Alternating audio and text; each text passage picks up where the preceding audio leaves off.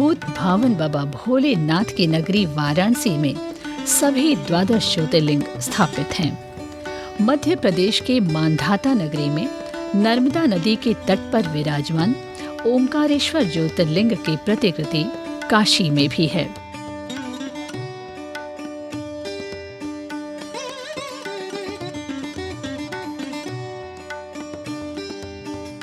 वाराणसी में ओंकारेश्वर मंदिर मच्छोदरी के उत्तर पठानी टोला में स्थित है।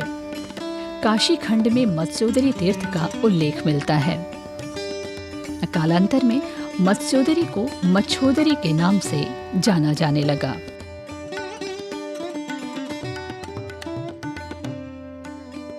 पौराणिक मिथक के अनुसार भगवान ब्रह्मा की कठोर तपस्या के फलस्वरूप भगवान शिव एक दिव्य शक्ति के रूप में प्रकट हुए और इसी शिवलिंग का नाम ओंकारेश्वर पड़ा। ब्रह्मा की इच्छा थी कि भोलेनाथ अकार, मकार, उकार, नाद और बिंदु के प्रतीक के रूप में विद्यमान रहें। मान्यता है कि भगवान ब्रह्मा ने ही इस शिवलिंग को ओंकारेश्वर कहा और तभी से इस शिवलिंग को शिव पंचायतन कहा जाने लगा। यहाँ ये ओंकारेश्वर जो है 12 ज्योतिर्लिंग में भी इनका महत्वपूर्ण स्थान है। प्रथम स्थान ओंकारेश्वर का माना काशी खंड में लिखा गया है और यहाँ पर 12 ज्योतिर्लिंग भी मौजूद है। यहाँ वर्तमान में 3 मंदिर है, आकार, उकार और मकार। ये तीनों मिलाकर के ओंकारेश्वर की यात्रा पूर्ण होती है। ये तीनों के दर्शन करने मात्र से ही ओंकारेश्वर का दर्शन पूर्ण होता है। हरि ओम गणानान्ता गणपति गुंधवामहे किया ताप्रियपति गुंधवामहे निधिनान्ता निधिपति गुंधवामहे हे सोमम् जाने गर्भनाथम जासी गर्भधम। शिव पंचायतन में 5 ज्योतिर्लिंग माना गया। अकारेश्वर, ओंकारेश्वर, मकारेश्वर, नाद और बिंदुलिंग। वर्तमान में 3 ही लिंग विराजमान हैं, आकारेश्वर, ओंकारेश्वर और मकारेश्वर। ओमकार से ही सारी सृष्टि की रचना है। ओमकार में ही सारी सृष्टि की रचना है, जिसमें ओमकार ही सर्वश्रेष्ठ है।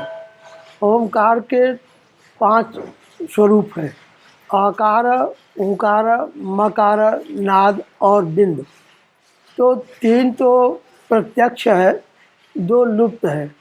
आकार और ब्रह्मा, उकार विष्णु और मकारेश्वर शिव, ये तीनों प्रत्यक्ष है। नाद जो है वो लुप्त है और बिंदु लुप्त है। नाद का मतलब है हुक्कार, जो आप बोलते हैं उसको नाद कहते हैं।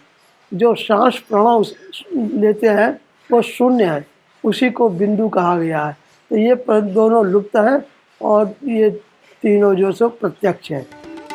ओंकारेश्वर मच्छोदरी तीर्थ क्षेत्र में है। कहा जाता है कि बारिश के मौसम में गंगा नदी मत्स्योदरी तीर्थ में मिल जाती थी। मच्छोदरी जो कहते हैं उसको मच्छोदक तीर्थ कहा गया है काशी खंड में।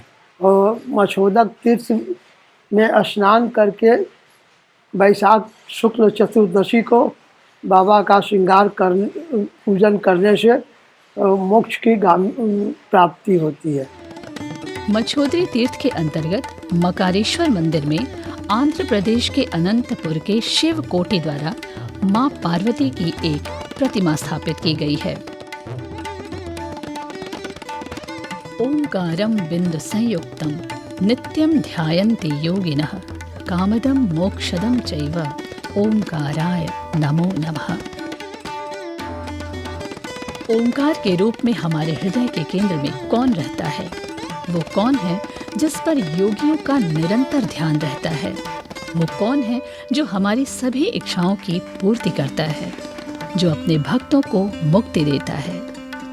शिव, उस शिव को नमस्कार। उसी शिव का उच्चारण ओम से है। ये ओमकारेश्वर महादेव मंदिर है। यहाँ पे आकार मकार ओमकार, यहाँ 3 मंदिर है। आकार मकार ओमकार, यहाँ 3 मंदिर है।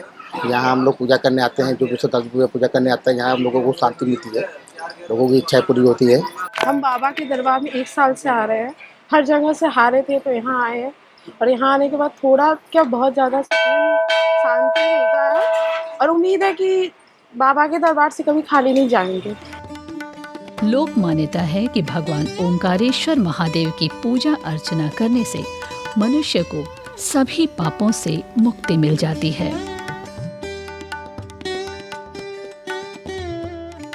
ओंकारेश्वर महादेव की पूजा से मनुष्य को पुनर्जन्म का भय नहीं रहता है। ये भी कहा जाता है कि ओंकारेश्वर के दर्शन पूजन से 1 लाख रुद्र जाप के बराबर फल प्राप्त होता है। एक मोंकार मालोक्य समस्ते क्षोणि मंडले लिंग जातानि सर्वाणि दृष्टा निस्युर्न संशयः। ओमकारेश्वर के पूजन कर लेने से काशी खंड में लिखा गया है कि ब्रह्मांड के समस्त देवताओं और पूजन हो जाता है। नदी नाले सभी लोगों का पूजन हो जाता है। यहाँ पर वैशाख शुक्ल चतुर्दशी को बाबा का विशेष श्रृंगार महोत्सव मनाया जाता है, जिसमें काशी खंड में लिखा गया है कि मौछोदक तीर्थ में स्नान कर करके ओंकारेश्वर का दर्शन करने से उसके जो है मोक्ष जो है मिलता है। वो कहीं पर भी जा कर के मरता है तो उसको मोक्ष प्राप्त होता है, ऐसा लिखा गया है, और वो कभी जननी के गर्भ में नहीं आ सकता है। वाराणसी में स्थित ओंकारेश्वर मंदिर एक ऊंचे टीले पर अवस्थित है। मंदिर के चारों तरफ कब्रिस्तान है, या यूं कहें कि कब्रिस्तान के बीच में बाबा ओंकारेश्वर विराजमान है।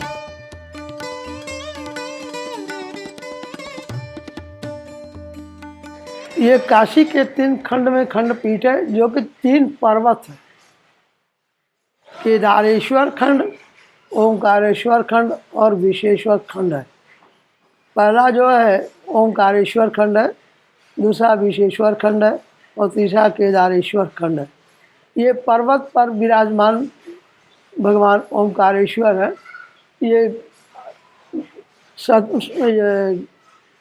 औरंगजेब के समय में जो मंदिरों को तोड़ा गया, उसके बाद से इस मंदिर का स्वरूप बिगड़ गया और ये सब चारों तरफ कब्रिस्तान हो गया है, जिसको कि आज लोग कब्रिस्तान के रूप में जानते हैं।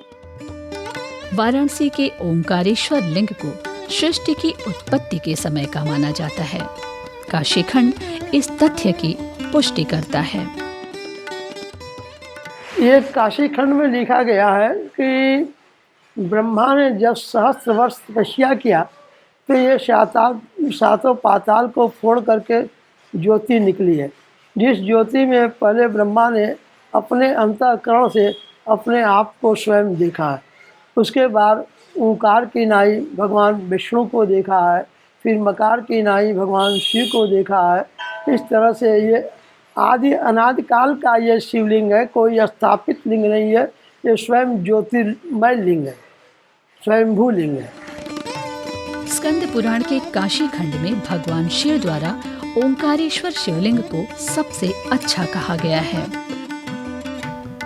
काशी में विराजित 14 सर्वाधिक महत्वपूर्ण शिवलिंगों में से ये एक है, और महत्वपूर्ण पंचलिंगों श्री काशी विश्वनाथ, कृत्तिवासेश्वर, मध्यमेश्वर और करपदेश्वर के साथ ओंकारेश्वर लिंग का विशेष स्थान है।